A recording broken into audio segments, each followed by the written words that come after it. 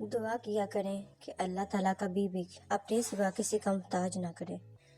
یقین جانیے کہ عطا کرنے میں اس جیسا ظرف کسی اور کے پاس ہو ہی نہیں سکتا۔ انسان کے دل میں خدا کی مہربانی سے ایک ایسا تار ضرور موجود ہوتا ہے کہ وہ لوٹ کر خدا کی طرف ضرور آتا ہے، چاہے وہ کسی بھی روپ میں آئے۔ اتنے بھی نادان نہیں ہم کو پڑھنا آتا ہے کون سا لہجہ دل کی دنیا، کون سا دنیا داری ہے۔ اور جب اللہ پاک دینے پہ آتا ہے نا تو تمہارے مخالف کو بھی تمہارا وسیلہ بنا دیتا ہے۔ غرور ایک بیماری ہے جو کسی بھی کمزور کو لگ سکتی ہے۔ ہر اس لڑکی کے لیے جو اپنے ارد گرد لڑکوں کا ہجوم ہونے پر فخر محسوس کرتی ہے، یاد رہے مکھیوں کی کثرت گندگی کی دلیل ہے۔ زندگی میں 2 نصیحت پر عمل کرنا، ہمیشہ کے لیے کامیاب ہو جاؤ گے۔ نمبر 1، نماز مت چھوڑنا، زندگی کی ساری برکتیں اسی میں ہیں۔ نمبر 2، اپنی نظر کی حفاظت کرنا، گناہ کی بنیاد یہیں سے ہوتی ہے۔ ہم اپنی اولاد کو بہت کچھ سمجھانا چاہتے ہیں لیکن وہ نہیں سمجھتی۔ ہماری اولاد بھی ہمیں بہت کچھ سمجھانا چاہتی ہے لیکن ہم نہیں سمجھتے۔ بابا کہتے ہیں دکھ تو روحانیت کی سیڑھی ہے، اس سے مت گھبراؤ، خوشی مناؤ کہ اس مہربان رب نے تمہیں چن لیا۔ زبر نہ بن، زیر بن، کل پیش بھی ہونا ہے۔ اگر خوش ہو تو آہستہ سے ہنسا کرو تاکہ غم نہ جاگ جائے، اور اگر غمگین ہو تو آہستہ سے رویا کرو تاکہ آنے والی خوشی نا امیدی میں نہ بدل جائے۔ بوڑھے کی رائے جوان کی قوت و طاقت سے زیادہ اچھی ہوتی ہے۔ شرافت اپنی بلند ہمتی سے حاصل ہوتی ہے، نہ کہ باپ دادا پر فخر کرنے سے۔ تجربہ وہ کنگھی ہے جو زندگی میں اس وقت ہاتھ آتی ہے جب بال جڑ چکے ہوتے ہیں۔ آپ کا کردار ہی آپ کی پہچان ہے، ورنہ ایک نام کے لاکھوں انسان ہیں۔ دولت خرید سکتی ہے، دولت اینک خرید سکتی ہے مگر نظر نہیں۔ دولت کتابیں خرید سکتی ہے مگر علم نہیں۔ دولت گھڑی خرید سکتی ہے مگر وقت نہیں۔ دولت قلم خرید سکتی ہے مگر تحریر نہیں۔ دولت دعائیں خرید سکتی ہے مگر صحت نہیں۔ دولت نرم بستر خرید سکتی ہے مگر نیند نہیں۔ دولت عیش و عشرت خرید سکتی ہے مگر سکون نہیں۔ خیالوں کی حفاظت کرو، یہ الفاظ بن جاتے ہیں۔ الفاظ کی حفاظت کرو، یہ اعمال بن جاتے ہیں۔ اعمال کی حفاظت کرو، یہ کردار بن جاتے ہیں۔ کردار کی حفاظت کرو، یہ پہچان بن جاتے ہیں۔ بغیر لباس آئے تھے اس جہاں میں، بس ایک کفن کی خاطر اتنا سفر کرنا پڑا۔ اللہ پاک اپنے بندے کو آزمائش میں ڈالنے سے پہلے آزمائش سے نکلنے کا وسیلہ بناتا ہے۔ سچے انسان کو ہمیشہ جھوٹے انسان سے زیادہ صفائیاں دینی پڑتی ہیں۔ رکاوٹوں اور مشکلات کے لیے پریشان مت ہو، ان کے پیچھے بہت حکمتیں ہیں۔ یہ آپ کا راستہ نہیں روکتی بلکہ بہترین راستے پر لے جانے کے لیے آتی ہیں۔ ہر چیز کو اپنے اوپر سوار نہیں کرتے، کسی بھی بات کو اس طرح اپنے اوپر حاوی کر لینا ہم سے ہماری مسکراہٹ چھین لیتا ہے۔ ماضی میں رہنا چھوڑ دیں، ہم مسکرانا چھوڑ دیں گے تو کیا ہم پہچان کر سکیں گے؟ غموں کو چھپا کر مسکرانا بھی ایک آرٹ ہے۔